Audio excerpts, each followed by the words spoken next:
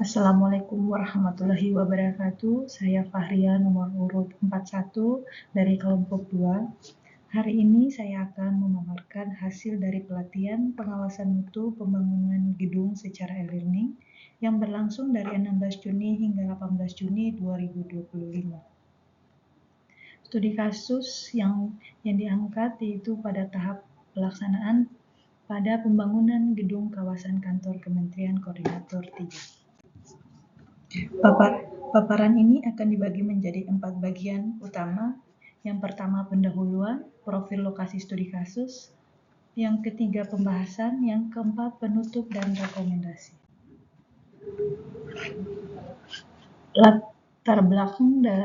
Latar belakang yaitu pembangunan gedung merupakan sektor strategi dalam mendukung pertumbuhan ekonomi, sosial, dan lingkungan yang berkelanjutan. Dalam konteks pembangunan tersebut, pengawasan memegang peran penting untuk memastikan bahwa pada setiap tahapan pelaksanaan pembangunan dilakukan sesuai dengan ketentuan teknis, standar mutu, serta prinsip keselamatan dan berkelanjutan. Maksud dari tahapan ini yaitu tahapan pelaksanaan pembangunan kompleks gedung Kementerian Koordinator 3 bertujuan untuk memastikan bahwa seluruh pekerjaan konstruksi dilaksanakan sesuai dengan standar teknis, spesifikasi, dan peraturan yang berlaku, hingga menghasilkan bangunan yang aman, fungsional, dan berkualitas tinggi. Adapun tujuan dari studi kasus ini yaitu yang pertama mengidentifikasi permasalahan mutu yang sering muncul, di mana identifikasi masalah mutu adalah langkah awal dalam pengendalian kualitas. Permasalahan mutu bisa muncul di berbagai tahap proses atau layanan, contohnya produksi tidak sesuai spesifikasi.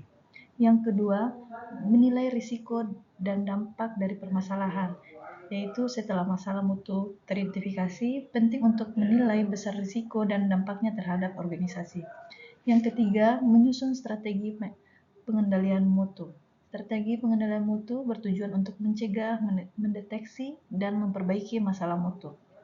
Yang keempat, memberikan rekomendasi teknis pengawasan mutu. Rekomendasi teknis bertujuan untuk memperkuat sistem pengawasan mutu agar lebih efektif.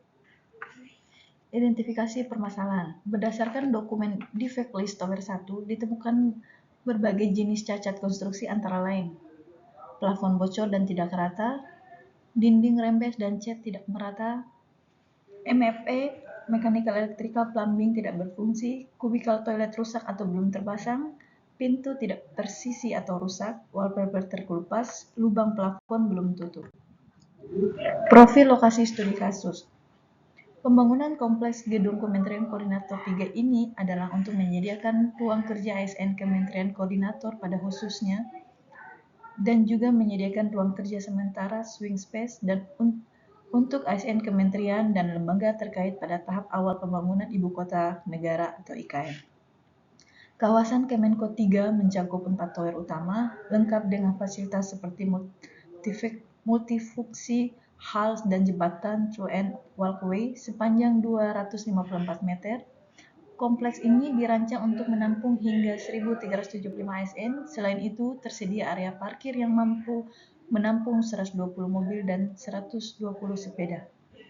Adapun data umum pekerjaan konstruksi dengan nilai kontrak 902.579.775 miliar. Sumber dana dari APBN tahun anggaran 2022 sampai 2024. Waktu pelaksanaan mulai dari 2 Januari 2023 sampai dengan 31 Desember 2024 dengan metode design and build.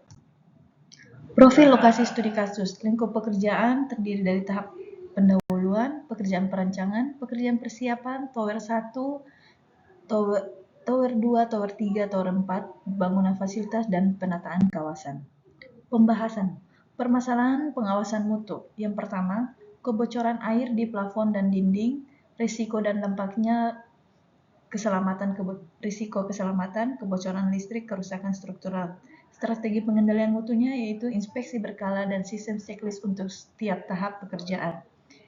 Dan rekomendasi teknisnya menggunakan material tanah air untuk area toilet dan pantry. Yang kedua, kualitas finishing yang buruk atau cat, wallpaper, pemasangan kubikal. Risiko dan dampaknya penurunan kenyamanan penggunaan toilet tidak berfungsi, rembesan air. Strategi pengendalian mutunya yaitu uji fungsi sistem MEP sebelum serah terima dan rekomendasi teknis terapkan silen berkualitas tinggi pada sambungan plafon dan dinding. Ketiga, komponen MEP tidak terpasang dengan baik dan rusak. Risiko dan dampaknya biaya tambahan, perbaikan ulang, dan keterlambatan proyek. Strategi pengendalian, pelatihan tenaga kerja terkait standar mutu. Rekomendasi teknisnya yaitu lakukan uji tekanan dan kebocoran pada sistem plumbing. Dan yang terakhir, ketidaksesuaian pemasangan pintu dan partisi. Risiko dan dampaknya yaitu citra buruk terhadap pelaksanaan proyek, dan strategi penilaian mutunya dokumentasi digital untuk setiap tindak lanjut perbaikan, dan rekomendasi untuk bentuknya strategi pengawasan. Penutup dan rekomendasi. Dalam pelaksanaan pembangunan Tower 1, ditemukan berbagai permasalahan mutu yang berulang seperti kebocoran air, kualitas finishing yang buruk, kerusakan komponen MEP, serta ketidaksesuaian pemasangan pintu dan partisi. Permasalahan ini menimbulkan risiko keselamatan, penurunan kenyamanan pengguna, peningkatan biaya, dan citra buruk terhadap pelaksanaan proyek. Permasalahan tersebut menunjukkan bahwa sistem pengawasan mutu belum berjalan optimal, diperlukan pendekatan yang lebih sistematis dan terintegrasi untuk menjamin kualitas konstruksi sesuai standar teknis dan fungsional.